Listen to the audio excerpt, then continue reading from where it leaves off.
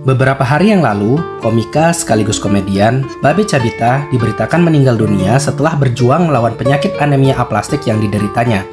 Lantas, apa sih penyakit anemia aplastik itu?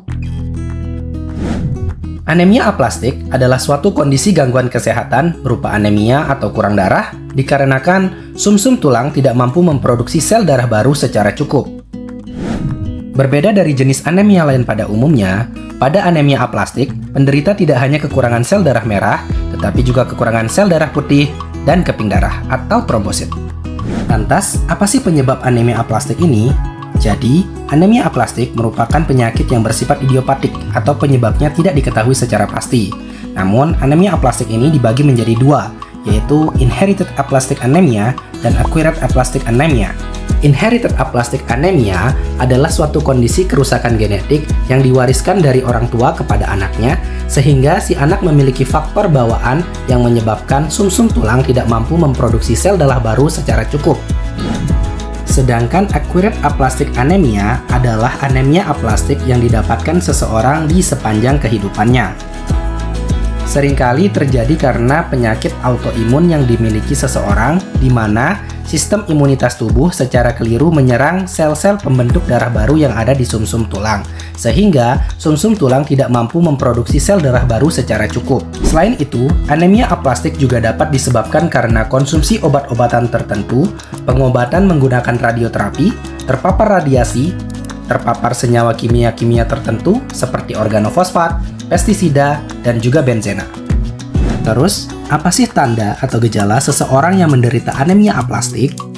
Anemia aplastik adalah penyakit yang ditandai dengan pansitopenia atau kondisi menurunnya kadar 3 komponen sel darah, yakni sel darah merah atau eritrosit, sel darah putih atau leukosit, dan keping darah atau trombosit.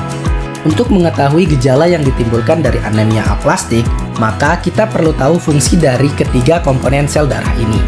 Yang pertama yaitu eritrosit atau sel darah merah. Eritrosit atau sel darah merah berfungsi mengikat oksigen melalui hemoglobin dan menyalurkannya dari paru-paru ke seluruh tubuh.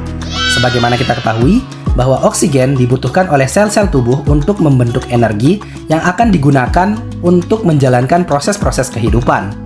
Yang kedua yaitu leukosit atau sel darah putih, di mana leukosit atau sel darah putih ini berfungsi untuk menjaga dan melindungi tubuh dari serangan infeksi atau kuman penyebab penyakit. Yang ketiga yaitu trombosit atau keping darah, di mana trombosit atau keping darah ini berfungsi dalam proses pembekuan darah.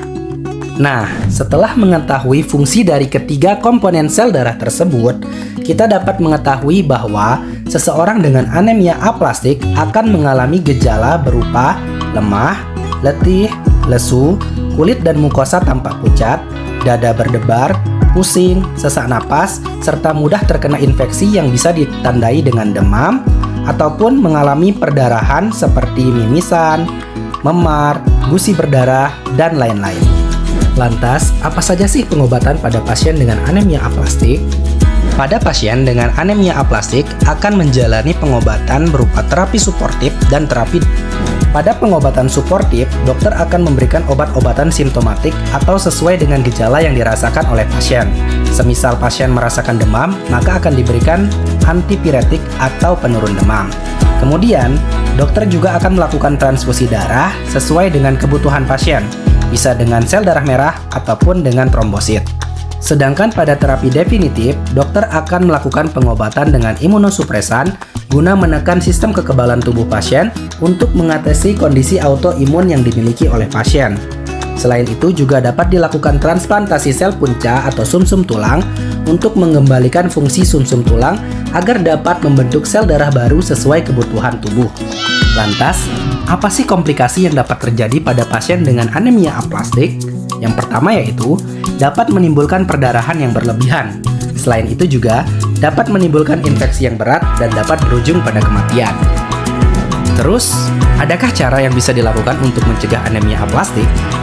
Cara-cara yang dapat kita lakukan untuk menghindari terjadinya anemia aplastik yaitu dengan cara 1.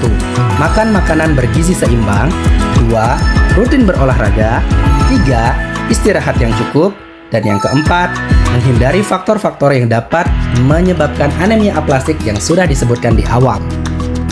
Baik, cukup sekian untuk video kali ini. Semoga ada manfaatnya dan jangan lupa subscribe channel ini.